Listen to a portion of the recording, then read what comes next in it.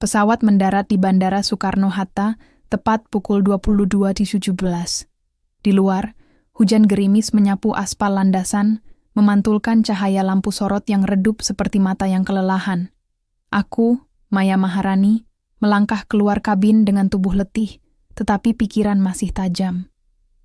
3 minggu di Milan, menghadiri pameran tekstil Eropa, bernegosiasi dengan buyer dari Prancis dan Jerman, menandatangani kontrak senilai puluhan juta euro, semua demi memperluas sayap PT Mahkota Citra Nusantara. Tapi di Jakarta, aku bukan siapa-siapa. Bukan. Di sini aku hanyalah Maya Wijaya, istri Rendra, ibu rumah tangga yang beruntung menikah dengan lelaki sukses. Rolls-Royce Phantom hitam yang biasanya menjemputku ternyata tidak ada. Aku menelepon sopir pribadi. Tidak diangkat. Aku menghela napas, lalu memesan taksi daring.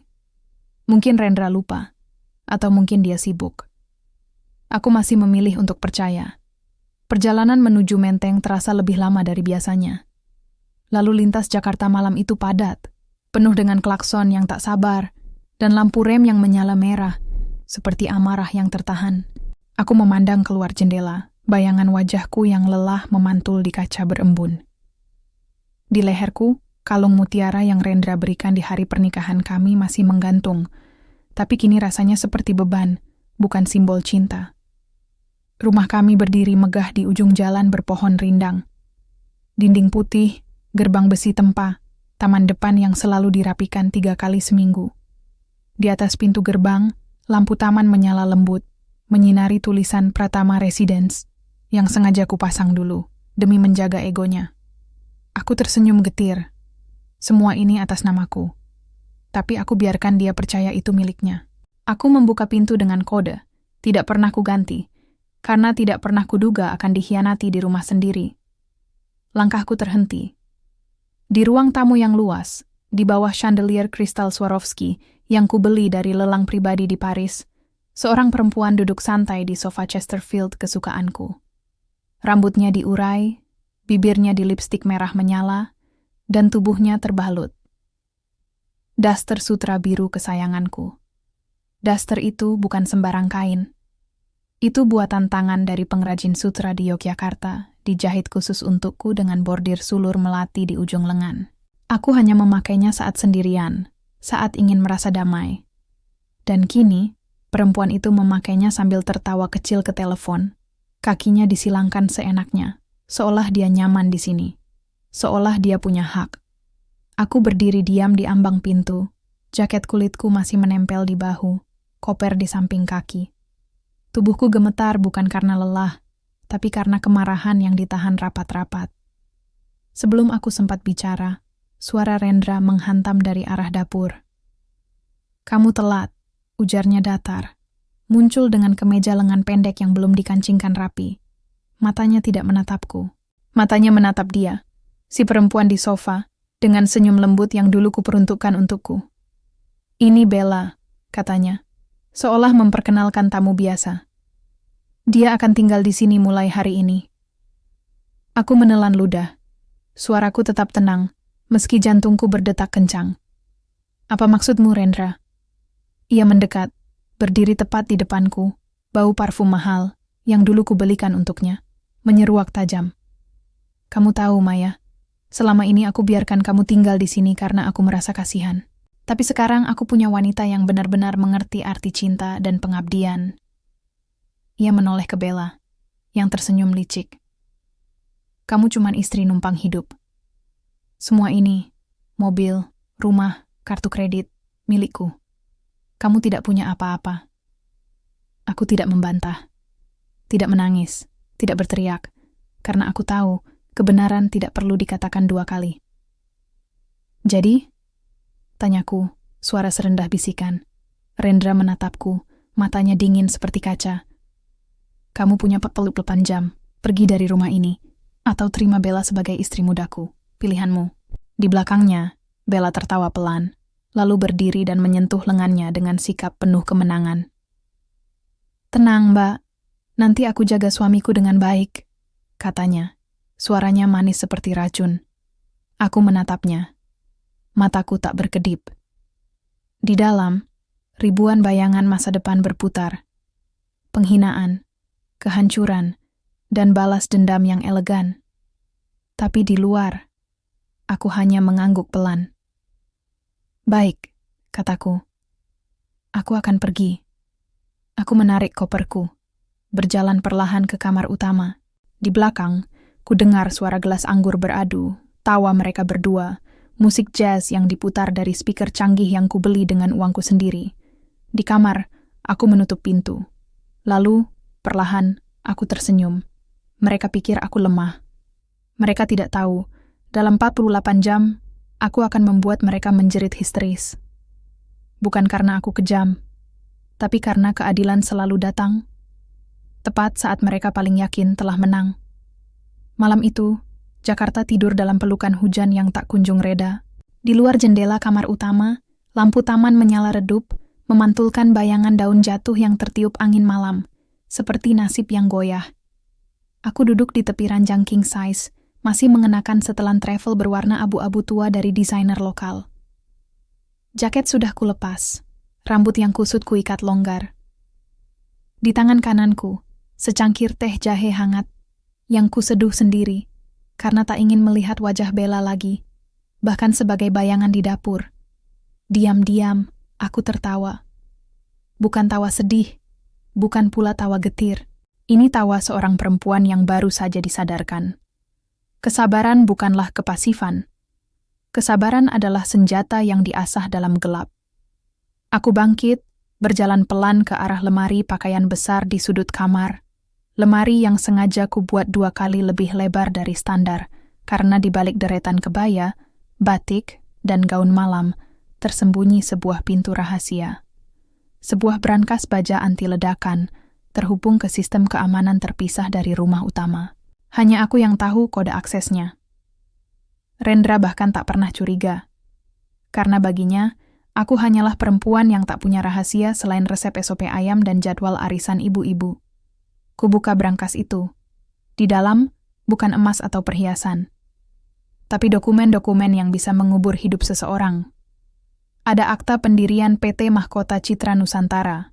Tertulis jelas, pemilik dan direktur utama, Maya Maharani. Ada surat kepemilikan atas rumah ini, bukan atas nama Rendra Pratama, tapi atas nama perusahaan yang saham 100%-nya kumiliki. Ada laporan keuangan internal yang menunjukkan aliran dividen senilai 28 miliar per tahun, yang secara diam-diam kutransfer ke rekening pribadi Rendra sejak kami menikah.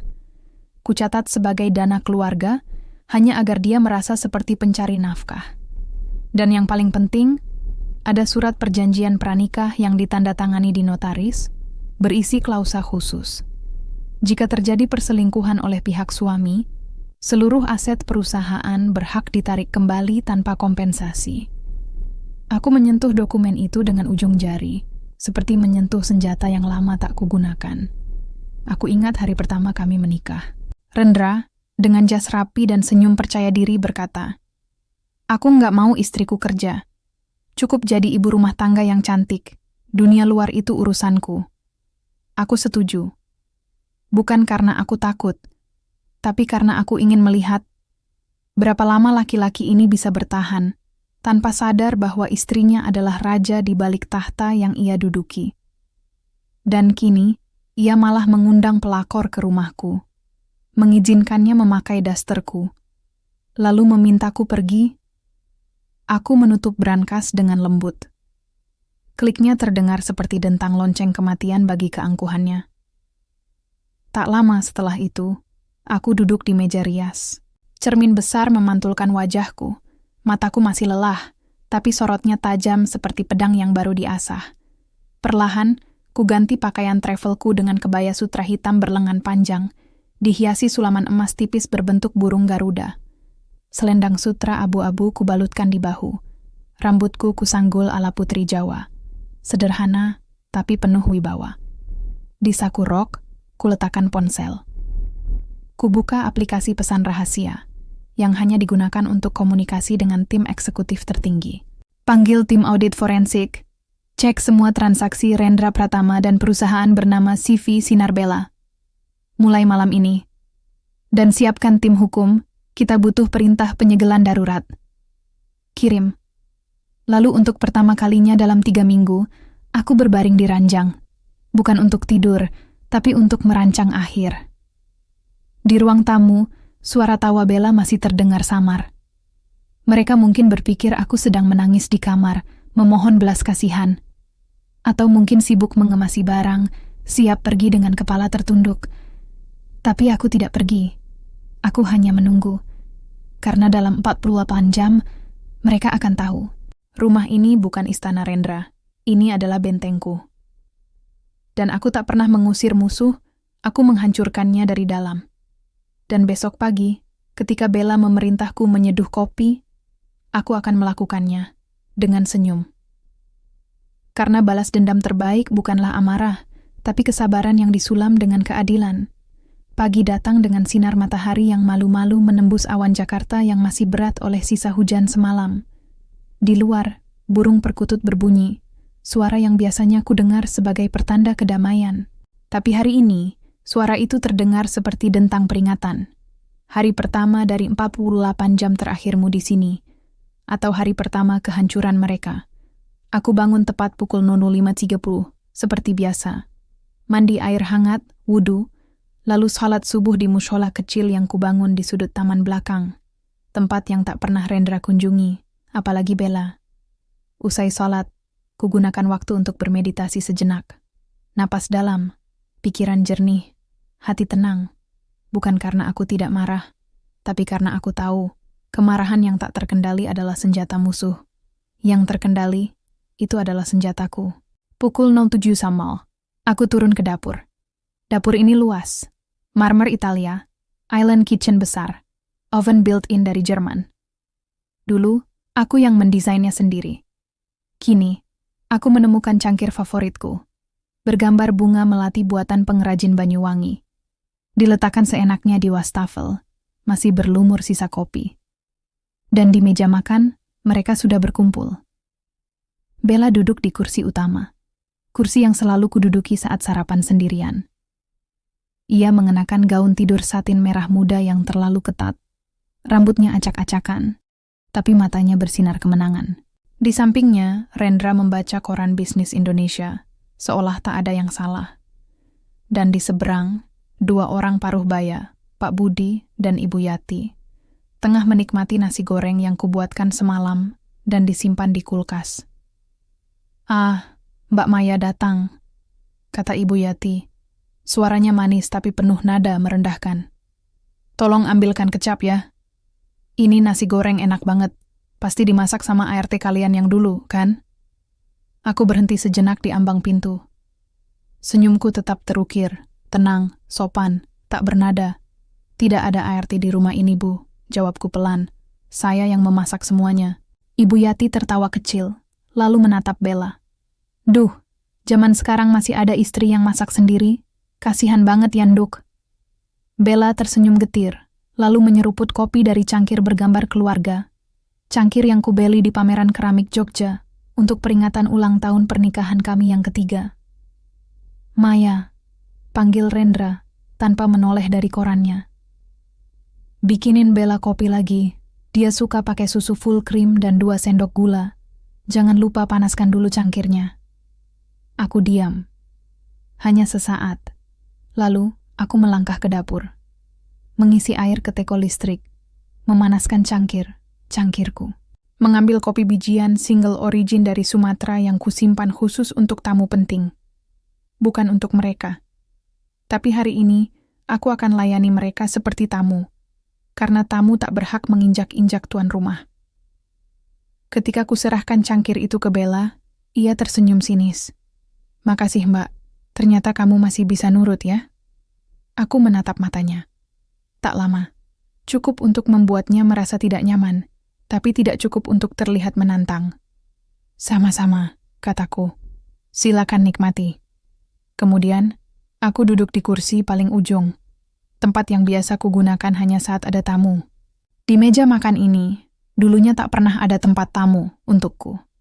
Tapi hari ini, aku rela menjadi bayangan. Sambil mereka tertawa, membicarakan rencana pesta syukuran pernikahan kedua, Rendra minggu depan, Aku mengamati.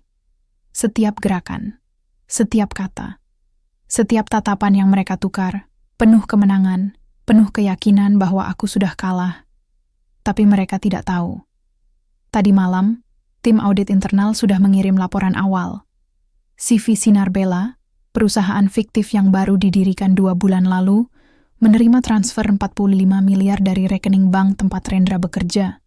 Dan rekening itu terhubung langsung ke rekening pribadiku, ke dividen PT Mahkota Citra Nusantara.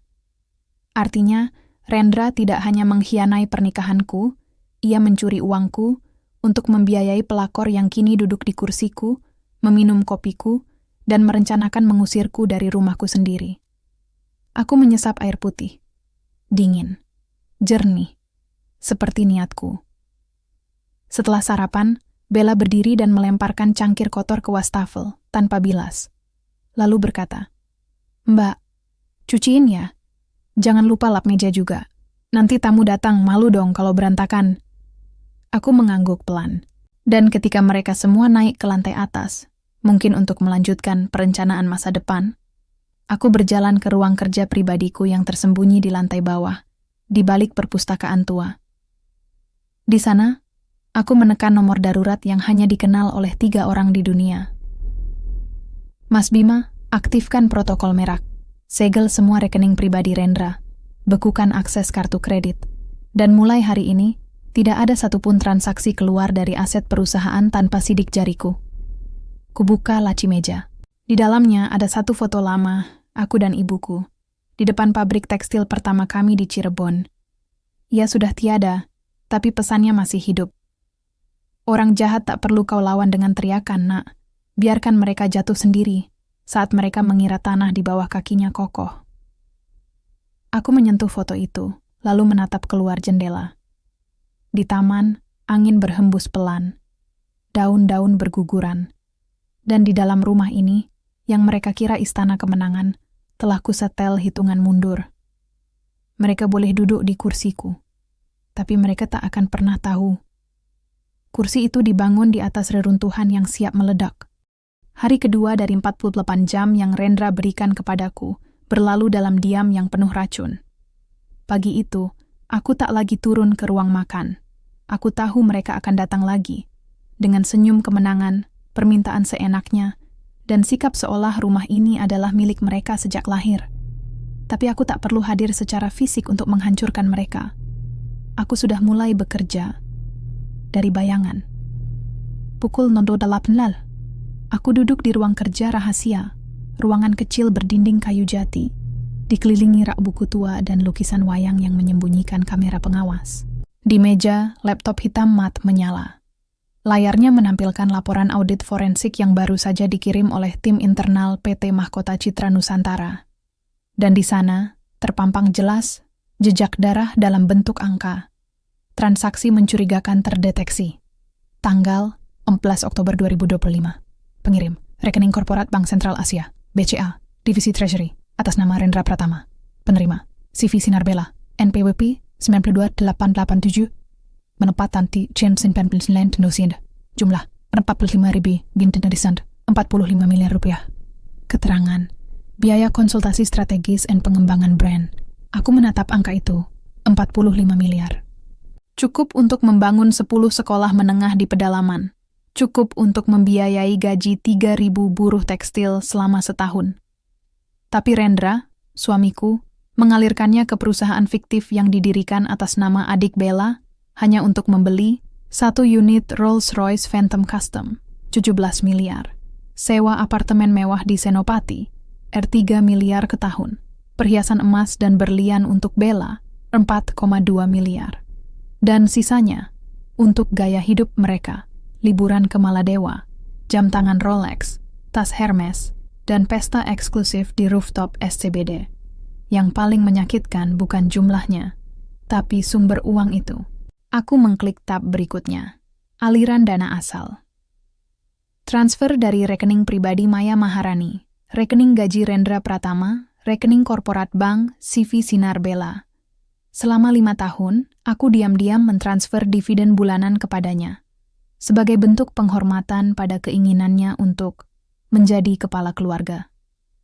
Aku biarkan dia percaya bahwa dialah pencari nafkah. Aku bahkan tak pernah menanyakan kemana uang itu pergi. Aku percaya. Tapi kepercayaan, rupanya, adalah mata uang yang tak berlaku di tangan pengkhianat.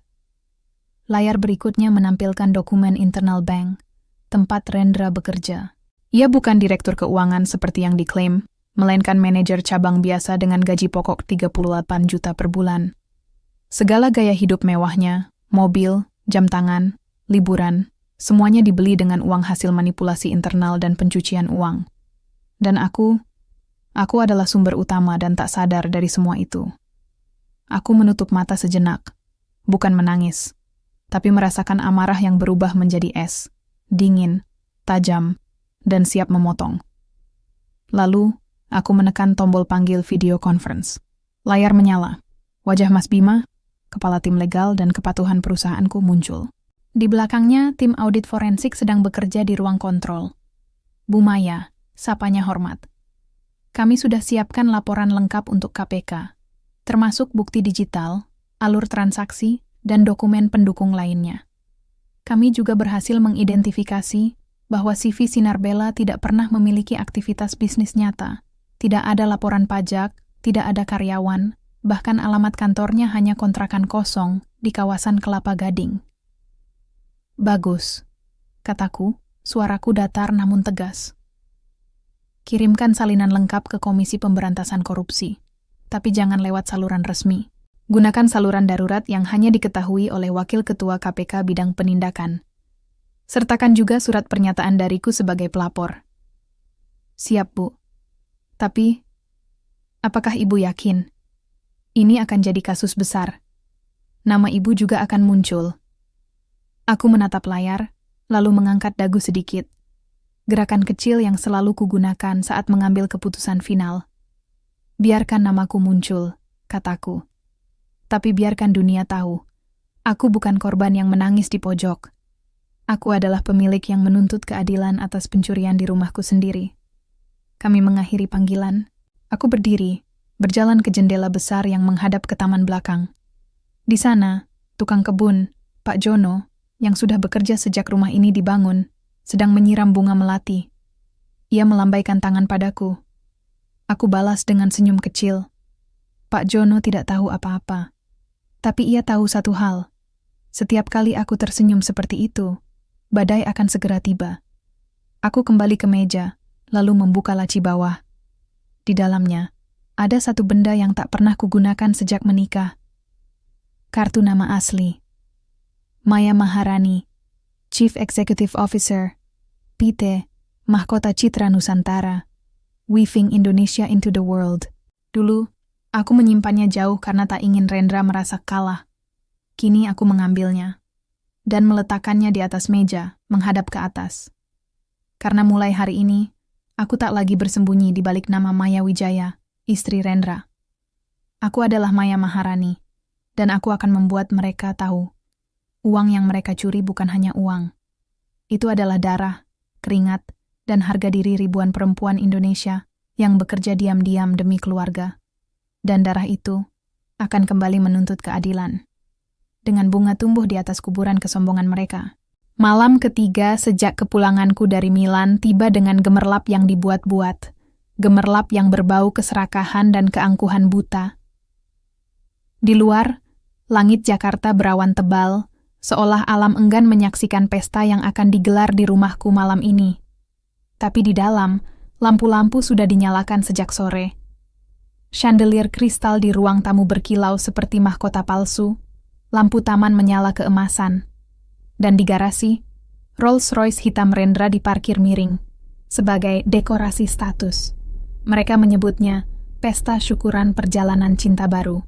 Undangan elektroniknya tersebar luas di kalangan kolega Bang Rendra, tetangga Menteng, dan kerabat Bella. Di bagian bawah, tertulis dengan huruf miring yang manis. Kehadiran Anda adalah kehormatan bagi kami yang sedang membangun keluarga baru. Dan di kolom nama tamu, namaku dicantumkan bukan sebagai istri, melainkan sebagai saudara jauh dari pihak istri. Aku menerima undangannya lewat WhatsApp grup keluarga yang Rendra buat khusus, tanpa memintaku izin. Aku membacanya sambil duduk di teras belakang, menyesap teh melati hangat yang kuseduh sendiri. Di layar ponsel, foto Bella dan Rendra berpelukan di depan kue tart berbentuk hati, tulisan di atasnya, "Welcome home, my queen."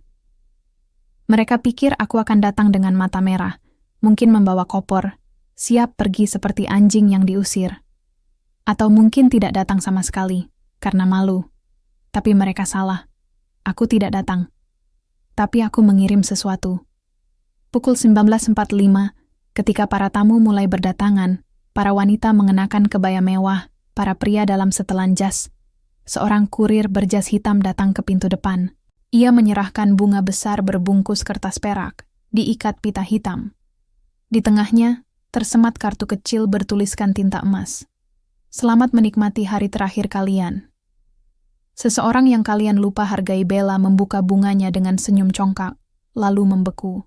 Di dalam, bukan mawar merah atau lili putih, tapi mawar hitam, bunga langka yang hanya tumbuh di dataran tinggi Dieng, dan di antara kelopaknya, terselip satu dokumen kecil. Surat peringatan penghentian akses kartu kredit utama atas nama Rendra Pratama yang berlaku efektif pukul 21 Monotre malam ini. Rendra merampas surat itu, wajahnya memerah. Ini pasti ulah Maya, dasar perempuan tidak tahu terima kasih. Tapi Bella tertawa. "Ah, biarin aja mas, nanti kita ganti kartunya. Toh, uang kita masih banyak di CV Sinar Bella." Mereka tidak tahu, rekening CV Sinar Bella sudah dibekukan sejak siang tadi. Dan kartu kredit mereka sudah diblokir. Tiket pesawat first class ke Paris yang Bella pesan untuk bulan depan dibatalkan. Reservasi dinner eksklusif di restoran bintang 5 minggu depan di-cancel. Semua, karena namaku tertera sebagai pemilik akhir dari seluruh aset keuangan mereka. Di dalam rumah, pesta berlangsung meriah. Orang-orang tertawa, mengangkat gelas berisi anggur impor, mengambil kanape dari meja buffet yang dihias dengan es ukir berbentuk angsa. Bella berjalan di antara tamu, mengenakan gaun malam merah menyala berpotongan plunging, dengan belahan punggung hingga pinggang, seksi, berani, dan penuh kemenangan semu. Rendra, dengan jam tangan Patek Philippe yang kubelikan di ulang tahun pernikahan kami yang keempat, menyambut tamu sambil berkata, "Istri baruku adalah wanita modern yang paham arti loyalitas." Aku mengamati semuanya, bukan dari dalam, tapi dari luar. Duduk di dalam mobil listrikku yang hitam pekat, terparkir di ujung jalan, di balik rindangnya pohon akasia. Aku memandang rumahku seperti menyaksikan panggung sandiwara terakhir. Di dashboard, ponsel bergetar. Notifikasi dari tim hukum. Surat perintah penyegelan aset telah dikeluarkan Pengadilan Negeri Jakarta Pusat. Tim KPK siap bergerak saat ibu memberi kode. Aku mengetik balasan. Tunggu sampai puncak pesta. Biarkan mereka merasa di surga sebelum jatuh ke neraka. Di layar ponsel, aku membuka kamera pengawas rahasia yang kupasang di ruang tamu. Bella sedang berpidato kecil, suaranya terdengar melalui speaker internal. Dan aku berjanji akan jadi istri yang lebih baik daripada... Ia berhenti sejenak, lalu tertawa. "Ah, tidak usah sebut nama. Kalian semua tahu siapa yang kumaksud." Tamu-tamu tertawa. Beberapa bahkan mengangguk-angguk, seolah aku memang layak dihina. Aku menutup mataku. Di kepala, kuingat wajah ibuku, perempuan desa dari Cirebon yang bangun pabrik tekstil dengan pinjaman 5 juta dari arisan kampung. Ia pernah berkata, "Orang sombong itu seperti layang-layang. Makin tinggi terbangnya, makin keras jatuhnya, kalau benangnya putus." Dan malam ini, benang mereka akan putus. Tepat pukul 25.05, aku menyalakan lampu mobil. Mesin listrik berdengung pelan. Aku mengenakan sarung tangan kulit hitam, lalu mengambil sesuatu dari kursi penumpang. Sebuah amplop tebal bersegel merah. Bertuliskan, "Dokumen resmi PT Mahkota Citra Nusantara." Aku menatap rumah itu sekali lagi. Lampu-lampu menyala terang. Musik mengalun. Tawa bergema. Mereka pikir ini adalah pesta kemenangan. Padahal, Ini adalah jamuan terakhir sebelum penghakiman. Aku menekan gas pelan. Mobilku melaju perlahan menuju gerbang besi yang dulu kubuat dengan ukiran nama Pratama Residence. Kini, aku datang bukan sebagai istri yang diusir, tapi sebagai pemilik yang kembali menagih haknya. Dan dalam 5 menit lagi, seluruh Menteng akan tahu siapa sebenarnya ratu di balik tahta yang mereka injak. Mentari pagi menyinari sawah terasering di kaki Gunung Ciremai, menyapu debu jalan desa dengan cahaya keemasan yang jujur, tidak seperti gemerlap palsu di Menteng yang semalam runtuh dalam adegan histeris. Aku berdiri di depan gerbang pabrik tekstil PT Mahkota Citra Nusantara, mengenakan kebaya putih bersih dengan motif parang modern dan kain batik tulis warna coklat tanah. Pakaian yang kupilih bukan untuk kesan mewah, tapi untuk menghormati tempat ini. Tempat segalanya dimulai. Di belakangku, deru mesin tenun masih berdetak, seperti denyut nadi bangsa. Ribuan buruh, kebanyakan perempuan, sudah mulai bekerja sejak subuh, menenun benang menjadi kain, kain menjadi harapan. Mereka tidak tahu siapa aku semalam di Jakarta. Tapi di sini, di Cirebon, mereka memanggilku Bu Ratu. Bukan karena kekayaan, tapi karena aku datang setiap bulan, duduk di lantai pabrik yang berdebu, mendengarkan keluh kesah mereka, lalu mengubahnya menjadi kebijakan. Hari ini, aku datang bukan hanya sebagai CEO. Aku datang sebagai perempuan yang baru saja merebut kembali jati dirinya. Selamat pagi, Bu Ratu, seru Bu Siti, kepala bagian kontrol kualitas, sambil membungkuk hormat, matanya berkaca-kaca. Kami dengar, kabar dari Jakarta. Aku tersenyum lembut. Kabar baik, Bu Siti. Sang pencuri akhirnya ketahuan. Dan kain kita akan semakin terbang tinggi. Beberapa buruh mendekat, ragu-ragu.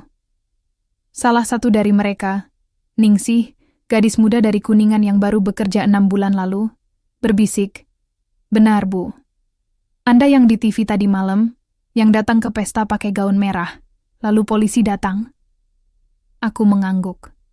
Ya, itu aku.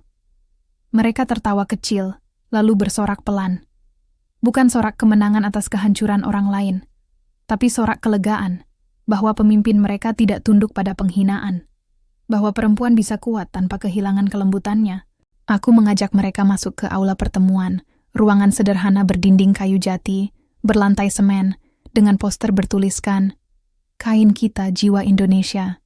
Di sana, aku berdiri di atas mimbar kayu tanpa mikrofon. Suaraku terdengar jelas karena mereka diam, penuh perhatian. "Saudara-saudaraku," kataku, "semalam, aku dipermalukan di rumahku sendiri, disebut istri numpang hidup, diperintah menyeduh kopi oleh perempuan yang memakai bajuku.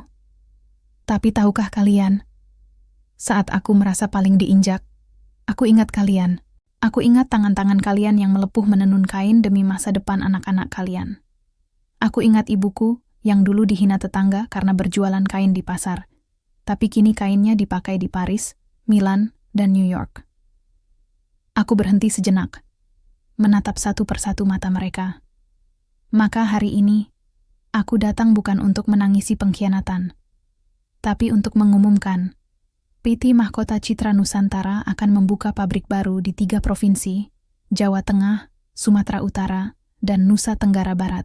Setiap pabrik akan memberi pekerjaan untuk 500 perempuan, dan setiap anak buruh akan mendapat beasiswa penuh hingga perguruan tinggi. Tepuk tangan meledak, bukan karena janji, tapi karena mereka tahu, aku selalu menepati kata. Lalu, aku mengumumkan hal yang lebih dalam. Dan mulai bulan depan, kami meluncurkan lini baru. Maharani Legacy Collection. Kain tenun tradisional yang dikolaborasikan dengan desainer muda Indonesia. Setiap potong kain akan menyumbang 5% untuk Yayasan Maharani, yang akan membangun rumah aman bagi perempuan korban kekerasan domestik. Di sudut aula, Bu Siti menangis. Bukan sedih, tapi bangga. Setelah pertemuan, aku berjalan menyusuri lini produksi. Di setiap mesin, aku menyapa. Aku menyentuh kain yang baru keluar. Halus, hangat, hidup. Ini bukan sekadar komoditas. Ini adalah napas perempuan Indonesia yang tak pernah berhenti bekerja, bahkan saat dunia menganggapnya lemah. Di ujung pabrik, aku duduk di bangku kayu tua tempat ibuku dulu beristirahat. Di tanganku, sebuah surat kecil dari KPK. Kasus Rendra Pratama dan Bella Sari telah resmi masuk tahap penyidikan. Bukti yang ibu berikan sangat krusial. Aku melipat surat itu, lalu meletakkannya di saku kebaya. Aku tidak perlu balas dendam lebih jauh. Malam itu Jakarta bergetar, bukan karena gempa, tapi karena kejatuhan. Tepat pukul 21 ketika tawa para tamu di pesta, syukuran cinta baru masih menggema di ruang tamu rumah menteng yang megah. Gerbang besi di depan perlahan terbuka. Bukan oleh sopir atau penjaga, tapi oleh tangan yang mengenakan sarung tangan kulit hitam. Tangan yang tak pernah mereka hargai, kini datang bukan untuk meminta, tapi untuk mengambil alih. Lampu sorot taman otomatis menyala. Dan di sana, berdiri seorang perempuan dalam gaun merah darah, potongan slick, lengan panjang, dengan belahan punggung yang elegan, namun tak vulgar. Kainnya bukan sutra impor, tapi tenun songket Palembang modern, buatan rumah mode Indonesia. Dijahit khusus oleh desainer muda yang kudukung lewat program inkubasi PT Mahkota Citra Nusantara. Rambutku terurai bebas, dihiasi jepit emas berbentuk melati, simbol kesucian yang kontras dengan niat busuk mereka. Aku melangkah masuk, heelsku mengetuk marmer Italia dengan dentang yang tajam, seperti palu hakim yang siap menjatuhkan vonis. Obrolan berhenti. Musik berhenti. Bella, yang sedang menari pelan dengan Rendra di depan kue tart berbentuk hati, membeku. Matanya membelalak. "Kakakmu?" Rendra berusaha menutupi kepanikannya dengan senyum palsu. "Maya, kamu datang? Ini bukan tempatmu." "Ini rumahku," potongku, suaraku tenang, namun menggema seperti gong di tengah keheningan. "Dan malam ini, aku datang bukan sebagai istrimu. Aku datang sebagai pemilik sah dari semua yang kalian injak-injak selama ini." Aku berjalan pelan ke tengah ruangan, lalu berhenti tepat di bawah chandelier. Cahaya kristal memantulkan bayangan tubuhku seperti mahkota yang kembali ke kepala yang layak memakainya. "Pak Rendra Pratama," kataku, menatapnya tanpa emosi. "Anda dituduh melakukan pencucian uang senilai 45 miliar. Melalui perusahaan fiktif CV Sinar Bella, menggunakan dana korporat bank tempat Anda bekerja, yang sebagian besar berasal dari dividen perusahaan milik saya." Wajah Rendra pucat. Kamu nggak bisa buktiin apa-apa." Aku tersenyum tipis. Lalu, dari tas clutch emasku, ku sederhanakan satu amplop coklat. "Saya bisa, dan saya sudah." Ku buka amplop itu. Dari dalam, kuserahkan satu dokumen resmi kepada tamu tertua di ruangan itu, seorang pensiunan hakim agung yang kebetulan tetangga lama kami. "Ini adalah sertifikat hak milik atas tanah dan bangunan di alamat ini," kataku keras agar semua tamu mendengar. "Atas nama PT Mahkota Citra Nusantara, bukan atas nama Rendra Pratama, bukan atas nama siapapun di ruangan ini, kecuali saya." Tamu-tamu saling bertukar pandang. Beberapa mundur selangkah. Bella mulai gemetar, tapi aku belum selesai. "Dan ini," lanjutku, mengeluarkan dokumen kedua, stempel merah KPK terpampang jelas, adalah surat panggilan resmi atas nama Rendra Pratama dan Bella Sari terkait dugaan tindak pidana korupsi dan pencucian uang. Penyidik KPK telah berada di luar rumah ini sejak tadi malam. Mereka menunggu konfirmasi akhir dari saya. Sebelum masuk. Sebelum siapapun sempat bereaksi, pintu depan terbuka lebar. 4 orang berpakaian hitam dengan rompi bertuliskan Komisi Pemberantasan Korupsi melangkah masuk, diikuti 2 petugas berpakaian sipil yang membawa map tebal. Wajah mereka tegas, tanpa kompromi. "Rendra Pratama dan Bella Sari," kata salah satu penyidik, suaranya dingin seperti es. "Anda dipanggil untuk diperiksa dalam kasus dugaan korupsi dan pencucian uang. Silakan ikut kami." Bella menjerit. "Tidak, ini salah paham. Kami tidak tahu apa-apa." Ia berlari ke arah ibunya, menangis histeris. "Bu, tolong, ini semua salah Maya." Ibu Yati, yang tadinya duduk angkuh di sofa, kini gemetaran. Kami cuma ikut saja, Pak. Anak saya tidak tahu. Rendra mencoba berdalih. Ini semua konspirasi. Saya korban. Maya yang memberiku uang. Justru itu masalahnya, Pak. Potong penyidik. Anda menggunakan dana perusahaan yang bukan milik Anda untuk kepentingan pribadi. Itu bukan pemberian, itu penggelapan. Kekacauan pun meledak. Gelas anggur dijatuhkan. Tamu berteriak. Seorang wanita pingsan. Anak kecil menangis. Dan di tengah kekacauan itu, aku berdiri tenang, seperti mata badai. Bella berlari ke arahku, matanya penuh air mata dan kemarahan. Kau jahat. Kau sengaja hancurkan hidupku. Aku menatapnya, lalu berbisik pelan. Hanya kami berdua yang mendengar. Kau yang memilih untuk menginjak harga diriku di rumahku sendiri. Aku hanya mengembalikan kain yang kau curi dalam bentuk keadilan. Penyidik memborgol Rendra dan Bella. Mereka dibawa keluar, masih menjerit, saling menyalahkan. Bella bahkan mencoba menendang ibunya sendiri karena tidak melindunginya. Di ruang tamu yang kini porak-poranda, tamu-tamu perlahan pergi. Malu, ngeri, atau mungkin sadar betapa dangkalnya mereka memilih bersikap. Aku berjalan ke tengah ruangan, lalu menekan tombol di ponselku. Mas Bima, kataku, segel seluruh aset, matikan listrik, air, dan akses keamanan. Rumah ini tidak boleh dihuni siapapun sampai proses hukum selesai. Lalu aku berbalik. Di depan pintu, tim hukumku menunggu. Semuanya perempuan, semua lulusan terbaik, semua pakaian rapi dalam setelan batik kontemporer. Kalian luar biasa, kataku. Salah satu dari mereka, Lintang, pengacara muda yang dulu kuberi beasiswa, menatapku dengan mata berkaca-kaca. Kami bangga, Bu Maya. Malam ini, bukan hanya Anda yang menang, tapi semua perempuan yang pernah dipermalukan di rumah sendiri. Aku mengangguk. Lalu, untuk pertama kalinya sejak pulang dari Milan, aku menarik napas dalam. Lega, bukan karena dendam terbalaskan, tapi karena kebenaran akhirnya bersuara. Di luar, mobil KPK melaju pergi, membawa Rendra dan Bella ke tahanan. Di langit, hujan mulai turun, membersihkan sisa-sisa pesta palsu. Dan di tengah reruntuhan keangkuhan mereka, aku berdiri, bukan sebagai korban, tapi sebagai penjaga keadilan yang pulang ke rumahnya sendiri. Karena malam ini, 3 hari ku buat mereka menjerit histeris saat dunia melihat siapa aku sebenarnya. Pagi itu, gedung Pengadilan Negeri Jakarta Pusat tampak seperti panggung teater tragis, penuh penonton, penuh drama, dan penuh air mata yang tak tulus. Aku datang bukan sebagai terdakwa, bukan sebagai saksi utama yang menangis di kursi pengunjung, tapi sebagai penggugat yang diam.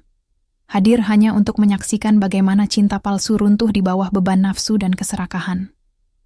Aku mengenakan kebaya hitam sederhana dengan kain batik klasik motif kawung, simbol keadilan, kesabaran, dan keseimbangan. Rambutku disanggul rendah tanpa perhiasan. Tak ada gaun merah, tak ada songket mewah. Karena hari ini bukan tentang aku. Hari ini tentang kebenaran yang berbicara sendiri. Di ruang sidang, Rendra dan Bella duduk terpisah. Dipisahkan oleh barisan kursi kayu dan rasa saling curiga yang kini lebih tajam daripada cinta mereka dulu. Rendra mengenakan kemeja putih yang kusut, rambutnya acak-acakan, matanya memerah. Bella, meski masih memakai lipstik merah, terlihat lesu, gaunnya murahan, jam tangannya sudah hilang. Mereka tak lagi pasangan yang saling memuja. Mereka adalah 2 terdakwa yang berusaha menyelamatkan diri sendiri. Hakim membacakan dakwaan. Rendra Pratama dan Bella Sari didakwa melakukan tindak pidana korupsi dan pencucian uang senilai 45 miliar melalui perusahaan fiktif CV Sinar Bella dengan memanfaatkan posisi Rendra sebagai manajer bank dan dana yang berasal dari dividen perusahaan milik korban Maya Maharani. Saat namaku disebut, semua kepala menoleh ke arahku. Aku tetap diam. Tapi dalam diam itu, aku melihat ibu-ibu di barisan belakang mengangguk-angguk. Jurnalis mencatat cepat, dan seorang gadis muda, mungkin korban KDRT lain, menatapku dengan mata penuh harap. Sidang dimulai. Penuntut umum membeberkan bukti, alur transaksi, dokumen perusahaan fiktif, rekaman percakapan antara Rendra dan Bella yang membahas bagaimana cara mengusir Maya tanpa ribut, bahkan foto-foto mereka berdua di Paris, dibayar dengan kartu kredit yang kuaktifkan demi menjaga harga diri Rendra. Lalu, giliran mereka membela diri. Bella berdiri, suaranya bergetar. Saya tidak tahu itu uang hasil kejahatan. Rendra bilang semua itu uangnya sendiri.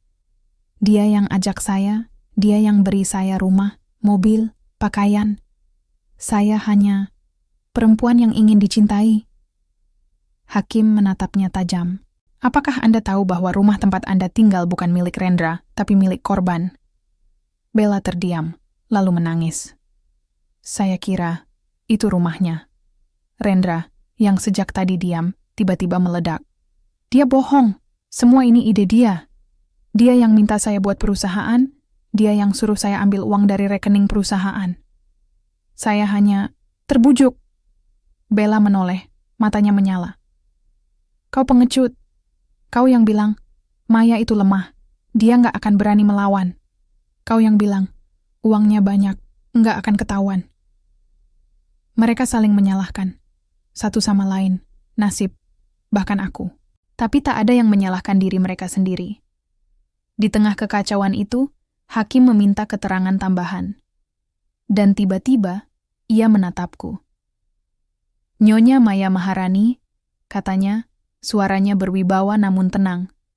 Sebagai korban dan pemilik aset yang disalahgunakan, apakah Anda ingin menyampaikan sesuatu? Aku berdiri perlahan. Semua mata tertuju padaku. Yang mulia, kataku, suaraku jelas namun tak tinggi. Saya tidak datang ke sini untuk meminta hukuman lebih berat. Saya datang untuk memastikan bahwa keadilan bukan hanya soal hukuman, tapi soal pelajaran. Aku menatap Rendra dan Bella, bukan dengan kebencian, tapi dengan rasa kasihan. Saya memberi suami saya segalanya, uang, kepercayaan, bahkan kerendahan hati, untuk membiarkannya percaya bahwa dialah pencari nafkah. Tapi ia membalasnya dengan pengkhianatan dan penghinaan. Bella datang bukan untuk mencintai, tapi untuk merebut, dan mengira bahwa martabat perempuan bisa diukur dari pakaian yang dikenakan, atau kursi yang diduduki. Aku berhenti sejenak. Maka, biarlah pengadilan ini menjadi saksi. Tidak ada cinta yang tumbuh di atas kebohongan. Tidak ada keluarga yang kokoh di atas pencurian. Dan tidak ada kebahagiaan yang abadi jika dibangun dengan menginjak harga diri orang lain. Aku duduk kembali, ruang sidang hening. Bahkan angin dari kipas langit-langit terasa berhenti. Sidang dilanjutkan hingga sore. Dan ketika vonis dijatuhkan, tak ada yang terkejut. Rendra Pratama, 13 tahun penjara denda, ras 1 miliar. Seluruh aset pribadi disita negara Belasari. 5 tahun masa percobaan denda 500 juta. Dilarang mendirikan perusahaan selama 10 tahun. Hakim menambahkan, kasus ini menjadi peringatan keras. Jangan pernah menganggap perempuan yang diam adalah perempuan yang lemah. Dan jangan pernah mengira rumah yang kalian tempati adalah milik kalian, jika kalian tak pernah membangunnya dengan tangan sendiri. Di luar gedung, kerumunan wartawan mengepungku. Mikrofon diacungkan. Pertanyaan dilemparkan. Bu Maya, apakah Anda puas? Apa rencana Anda selanjutnya? Apakah Anda akan menikah lagi? Aku hanya tersenyum, lalu berkata satu kalimat yang kemudian menjadi viral di media sosial. Aku bukan kembali untuk menghancurkan mereka. Aku kembali untuk mengingatkan. Rumah yang dibangun di atas kebohongan pasti runtuh. Tapi rumah yang dibangun di atas kejujuran dan kerja keras akan jadi benteng bagi generasi mendatang. Lalu, aku masuk ke mobilku. Bukan Rolls-Royce, bukan mobil mewah, tapi mobil listrik sederhana berwarna putih. Dan saat mobil itu melaju menjauh dari gedung pengadilan, di kaca spion, aku melihat Rendra dan Bella berdiri terpisah, tanpa pelukan, tanpa kata, hanya dua bayangan yang saling menyalahkan di bawah langit Jakarta yang mendung. Mereka kira cinta adalah pesta, tapi ternyata cinta sejati adalah tanggung jawab. dan mereka tak pernah belajar itu. Sementara aku pulang. Bukan ke rumah lama yang penuh luka, tapi ke pabrik di Cirebon, tempat kain dan martabat ditenun setiap hari.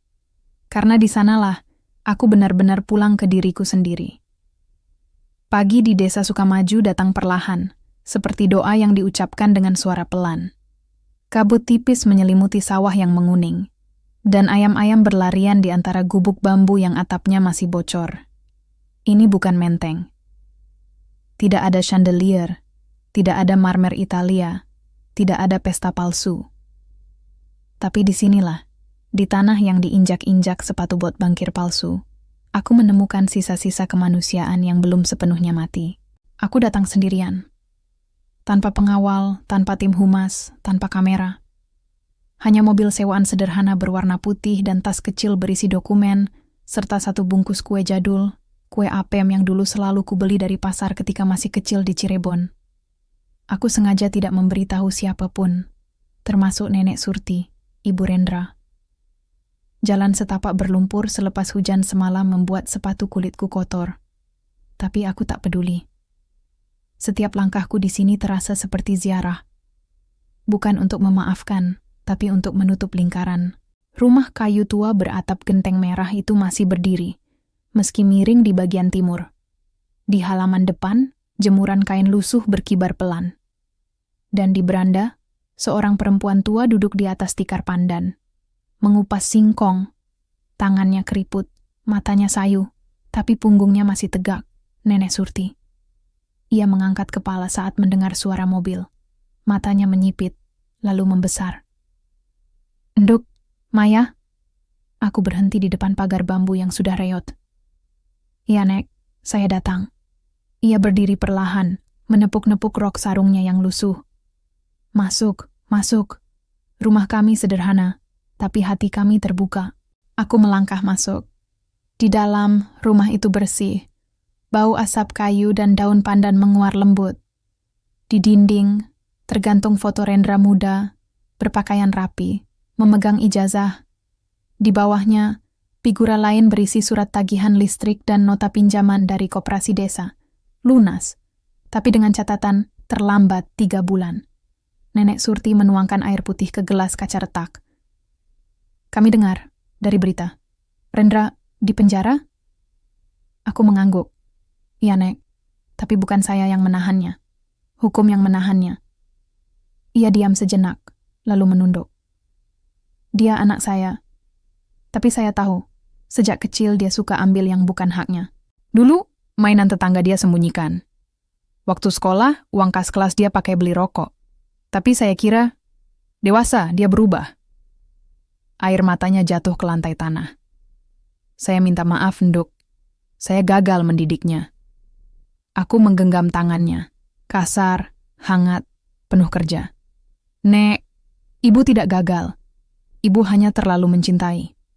Dan cinta yang terlalu besar kadang membuat kita buta." Kami duduk dalam diam yang penuh makna. Lalu, aku mengeluarkan amplop coklat dari tas. "Nek, saya datang bukan untuk menghakimi. Saya datang untuk melunasi." Aku menyerahkan amplop itu. Di dalamnya bukan uang tunai, tapi surat pelunasan utang dari Koperasi Desa dan Bank BRI Unit Sukamaju. Total, 87 juta. Utang yang menumpuk karena Rendra berjanji akan mengirim uang dari Jakarta, tapi tak pernah mengirim apa-apa. Nenek Surti terisak. Kenapa kamu lakukan ini?" "Karena ibu tidak bersalah," jawabku tenang. "Dan anak-anak di desa ini berhak punya masa depan, bukan terus membayar dosa orang tua mereka." Tapi sebelum ia sempat berkata lebih jauh, aku menyerahkan dokumen kedua. Dan ini, surat pengalihan hak atas tanah warisan keluarga Pratama, seluas 1.200 meter persegi, kepada Yayasan Maharani untuk pendidikan perempuan pedesaan. Mata Nenek Surti membelalak. "Tanah, rumah ini?" "Ya, Nek. Mulai hari ini, tanah ini bukan milik Rendra, tapi milik yayasan yang akan membangun pusat pelatihan kewirausahaan dan literasi keuangan untuk perempuan desa di atasnya." Ia terdiam lama. Lalu, pelan-pelan, ia tersenyum, sedih, tapi lega. "Kalau begitu, Saya tak punya rumah lagi ya. Aku menggenggam tangannya erat. Nek, ibu selalu punya rumah di hati saya. Dan di yayasan ini, ibu akan jadi penasihat kehormatan. Kami butuh cerita ibu tentang bagaimana perempuan desa bertahan meski hidup memberi luka. Ia menangis. Bukan tangis sedih, tapi tangis pelepasan. Seperti padi yang akhirnya dipanen setelah musim hujan panjang. Di sore hari, sebelum kembali ke Jakarta, aku duduk di bawah pohon randu tua di belakang rumah, tempat Rendra dulu bermain. Di tangan, secangkir kopi tubruk yang diseduh Nenek Surti. Aku memandang langit yang jingga, sambil mendengar suara anak-anak desa bermain di kejauhan. Aku tahu, ketika Rendra bebas 13 tahun dari sekarang, ia tak akan punya tempat pulang. Tak ada rumah, tak ada warisan, tak ada keluarga yang masih percaya. Tapi itu bukan balas dendam. Itu konsekuensi. Karena setiap tindakan meninggalkan jejak. Dan jejak Rendra adalah kehancuran yang ia pilih sendiri. Sementara aku memilih membangun, bukan di atas reruntuhan, tapi di atas tanah yang dulu diinjak-injak. Kini ditanami benih harapan. Ketika mobilku melaju meninggalkan desa Sukamaju, aku menoleh sekali lagi. Nenek Surti masih berdiri di depan rumah, melambai. Di tangannya, kue apem yang kubawa masih utuh, karena ia tak tega memakannya. Dan di hatiku, aku tahu, aku tak perlu menghukum siapapun lagi. Karena keadilan sejati bukan soal membuat orang menderita, tapi membuat dunia jadi tempat yang lebih adil bagi mereka yang tak pernah bersuara. Pagi di Lembang datang dengan tenang, udara sejuk, kabut tipis menyelimuti perbukitan, dan suara burung tekukur mengalun dari kejauhan. Di teras kayu rumah baruku yang sederhana namun penuh jiwa, aku duduk bersila di atas tikar rotan, secangkir teh jahe hangat di tangan, buku catatan kulit coklat di pangkuan. Di kejauhan, kebun bunga melati yang kutanam sendiri mulai bersemi. Harumnya menyeruak pelan, seperti pelukan ibu yang tak pernah kuduga akan kembali kurasakan. Rumah ini bukan istana. Tidak ada chandelier, tidak ada lantai marmer, tidak ada garasi untuk Rolls Royce. Tapi di sini, setiap batu, setiap kayu, setiap tanaman dibangun dengan uang yang kudapatkan sendiri, atas keputusanku sendiri, dan untuk damai yang kucari sendiri. Aku menulis, tidak untuk penerbit, tidak untuk viral di media sosial, tapi untuk diriku, dan untuk perempuan-perempuan yang mungkin suatu hari membaca kisah ini dan berkata, aku tidak sendiri. Dulu, aku mengira cinta berarti menyerahkan segalanya, termasuk identitasku. Aku menyembunyikan mahkotaku, memadamkan cahayaku, hanya agar dia bisa bersinar. Tapi cinta sejati bukan tentang memudar.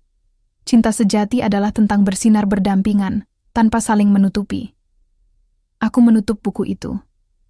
Di sudut teras, angin berhembus pelan, menggerakkan lonceng angin yang terbuat dari keramik buatan pengrajin Bandung. Suaranya nyaring, jernih, seperti hati yang akhirnya bebas dari dusta. 3 bulan telah berlalu sejak hari penghakiman. Rendra masih di tahanan, kini dipindahkan ke lapas kelas 2 di Cipinang. Kabarnya, ia sering menulis surat, bukan untukku, tapi untuk Bella, yang konon kabur ke luar kota dan mengganti nama. Bella tak pernah muncul lagi. Keluarganya menjual semua barang mewah mereka, jam tangan, tas, bahkan perhiasan, demi membayar denda. Dan rumah di Menteng kini menjadi kantor cabang Yayasan Maharani, tempat konseling gratis untuk korban kekerasan ekonomi dalam rumah tangga. Aku tak pernah kembali ke sana, karena rumah bukanlah dinding atau atap. Rumah adalah rasa aman, dan aku menemukannya di sini, di antara tanaman, buku, dan sunyi yang tak menuntut apa-apa. Tiba-tiba, langkah kaki kecil terdengar dari dalam rumah. Seorang gadis berusia 16 tahun, Nisa, anak asuhku dari program yatim piatu yayasan, muncul dengan wajah ceria. Di tangannya, sehelai kain tenun warna biru muda. Bu Maya, katanya, ini hasil praktek pertama aku di pelatihan menenun. Bu Siti bilang motifnya bagus, tapi masih perlu rapi di ujungnya. Aku menerima kain itu. Sentuhannya kasar, jahitannya belum sempurna, tapi penuh jiwa. Ini indah, Nisa, kataku tulus.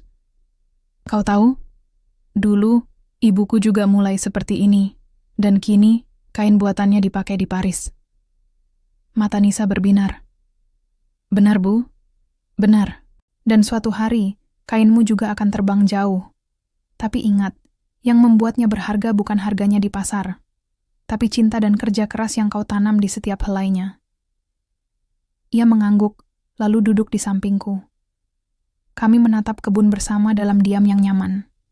Di meja kecil, tergeletak surat dari KPK.